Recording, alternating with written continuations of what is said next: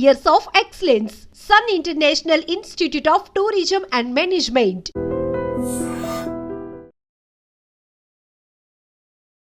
Hi hello నమస్తే, welcome back to iDream media. ఈరోజు మనతో ఉన్నారు ఫ్యామిలీ సైకాలజిస్ట్ అయిన మాధవి గారు.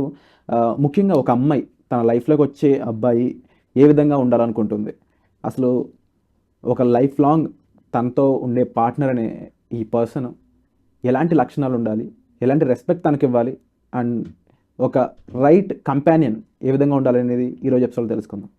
నమస్కారం మ్యామ్. నమస్తే విరాట్ గారు. Ma'am, as a family psychologist గాను అండ్ యాజ్ ఏ ఉమెన్గా మీరు మీ లైఫ్లో ఎన్నో విషయాలు చూశారు, తెలుసుకున్నారు. ఎంతోమంది లైఫ్స్ చూస్తున్నారు, ఎంతోమంది కౌన్సిలింగ్ పరంగాను చూస్తూ ఉన్నారు.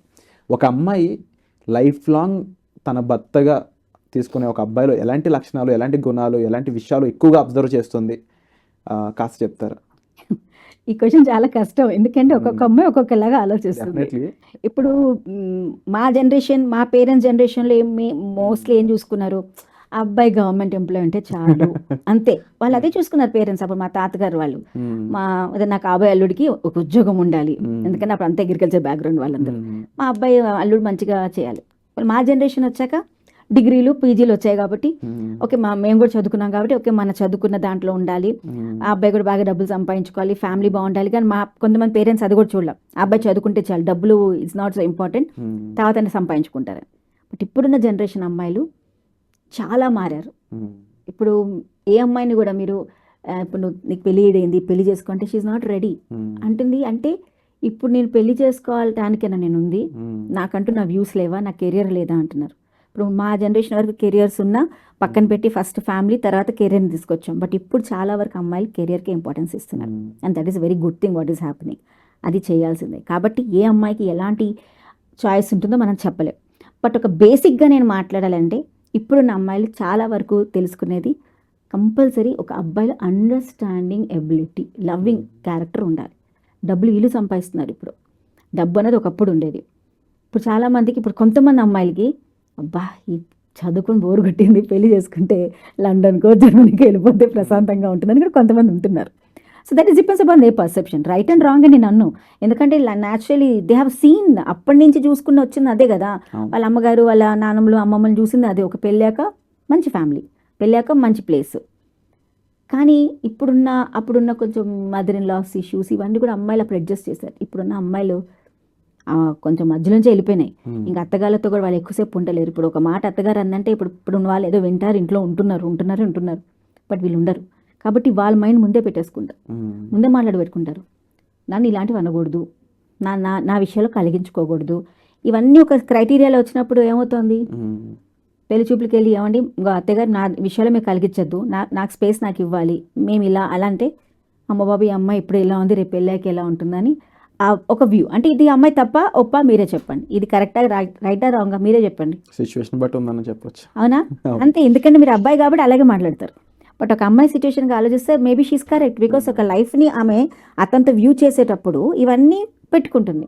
So mostly she want a husband who can understand her, తన లైఫ్ పార్ట్నర్, తనకు ఒక స్పేస్ ఇవ్వటం, తను ఏదైతే కెరియర్ చేస్తుందో help.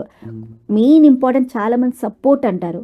No need of support, you have to collaborate with each other. Support అంటే ఏంటి, నువ్వు చేసింది రైటో రాంగో అయితే సపోర్ట్ చేయడం వేరే, బట్ నీ చేసే పనిని ఇది ఇలా ఉంటే బాగుంటుందని ఇద్దరు ప్లాన్ చేసుకుని వెళ్ళేది కొలాబరేషన్ వర్క్. అది ఎప్పుడైతే అది కంపల్సరీ ఇప్పుడున్న అమ్మాయిలు వాళ్ళ లైఫ్ పార్ట్నర్లో ఎత్తుక్కుంటున్నారు. ఇది ఎప్పుడైతే జరుగుతుందో క్లారిటీగా ఉంటుంది. The clarity is missing in all the relationships. Now the girls are with very clarity. చెప్తున్నారు, నేను ఇప్పుడు ఇలా సంపాదిస్తా, రేపు కూడా ఇలాగే సంపాదిద్దాం అనుకుంటున్నా, ఇది ఈ ఫండ్ నేను ఇలా చేద్దాం అనుకుంటున్నా, ఇప్పుడు వచ్చిన డబ్బులతో మనం ఇలా ఇన్వెస్ట్ చేద్దాం, ఇవన్నీ కూడా పెట్టుకుంటున్నారు, తప్పలేదు దాంట్లో. బట్ దాని అందరూ ఏమనుకుంటున్నారు చెప్పండి, అలాంటి మాటలు మాట్లాడే అమ్మాయిల్ని, ఈ అమ్మాయికి పొగరు ఎక్కువ ఉంది, సో అండ్ సో ఈగో ఎక్కువ ఉంది అని రకరకాల మాటలు వస్తున్నాయి. So I told in that way, every girl have it's, she has their own perception. కొంతమంది ఓన్లీ కెరియర్ బేస్ అయ్యి తన కెరియర్ని కంపల్సరీ మెయింటైన్ చేసుకుంటూ, లేపన్నా లైఫ్ పార్ట్నర్తో ఉన్నప్పుడు నా కెరియర్ని ఇలాగే మెయింటైన్ చేస్తా, so you need to have a coordination with me అని చెప్తున్నారు. కొంతమంది they are thinking, okay when I get married I want to have a very good amount of money, my husband should have a మంచి చక్కగా settle అవ్వాలి, కష్టపడే వాళ్ళు వద్దు అని వాళ్ళు కొంతమంది అనుకుంటారు. So every one have their own perception. But the main intention ఇప్పుడు జరిగేది ఇదే, ఎవ్రీ అమ్మాయికి అయితే రేపన్నాడు నేను నా కాబోయే husband he should love me, he should take care of me, నన్ను అండర్స్టాండ్ చేసుకోవాలి, నాకంటూ ఒక స్పేస్ ఇవ్వాలి. అది మాత్రం ఇప్పుడు ప్రతి ఒక్క అమ్మాయి కోరుకుంటుంది. And which is according to me depending upon how it goes. సరిగ్గా వెళ్తే అది రాంగ్ కాదు, బట్ ఎక్కువ స్పేస్ ఇచ్చి తను ఇష్టం వచ్చినట్టుగా చేసినప్పుడు కూడా ఒక రిలేషన్షిప్స్లో after marriage it will not work. Depending upon your ఎలాంటి నియమాలు మీరు పాటిస్తున్నారో దాని తగ్గట్టుగా మీ స్పేస్ మీరు ఆడుకోవచ్చు. అది వీ కెన్ మైండ్.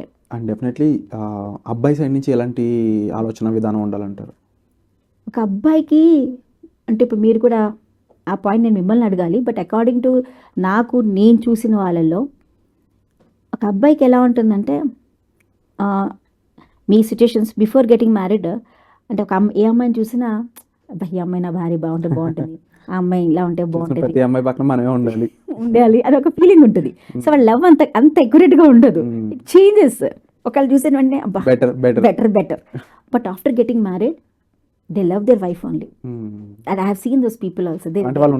చాలా వాళ్ళు ఉన్నారు, హోప్ఫుల్లీ ఉంటారు, అలా ఉండాలని నేను కోరుకుంటున్నాను.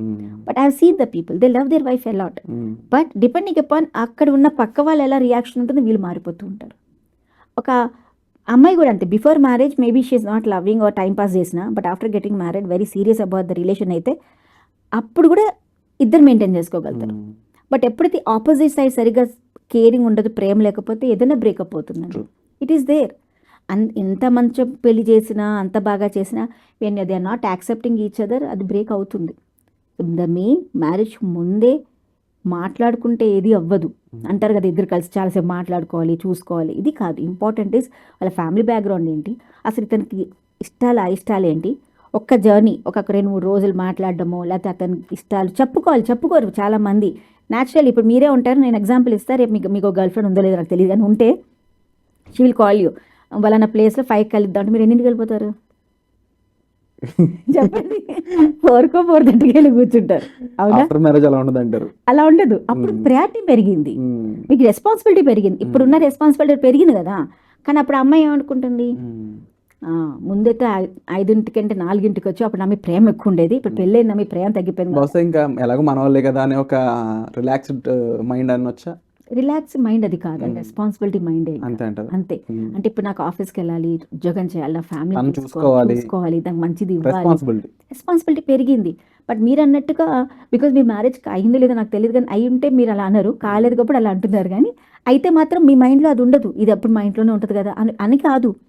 Now I have to take care of a lot for her, I have to give lot of things. ఒక రోజు ఇంత ఇచ్చాను, ఇప్పుడు ఇంకా అమ్మలాగా అమ్మ ఎలా అయితే పిల్లల కోసం ఆలోచిస్తారు, వీళ్ళకి అన్ని ఇవ్వాలి అని సేమ్ కైండ్ ఆఫ్ మెంటాలిటీ వస్తుంది. అది అర్థం చేసుకునే అమ్మాయి అబ్బాయి అయితే లైఫ్ హ్యాపీగా ఉంటుంది. Wonderful, that's it. కానీ అది అర్థం చేసుకోకుండా ఏమనుకుంటున్నారు, అన్ని రకాల కపుల్స్ ఉన్నారు, మీరు చాలా హ్యాపీగా ఉంటుంది. And I learned a lot of things and thank you so much for such information ma'am. And Madhavi గారితో ఒక ఫ్యామిలీకి సంబంధించి రూల్స్ అండ్ రెగ్యులేషన్స్ అనే ఒక కొత్త ప్రోగ్రామ్ అయితే మేము ముందుకు తీసుకొచ్చే ప్రయత్నం మేము చేస్తున్నాము.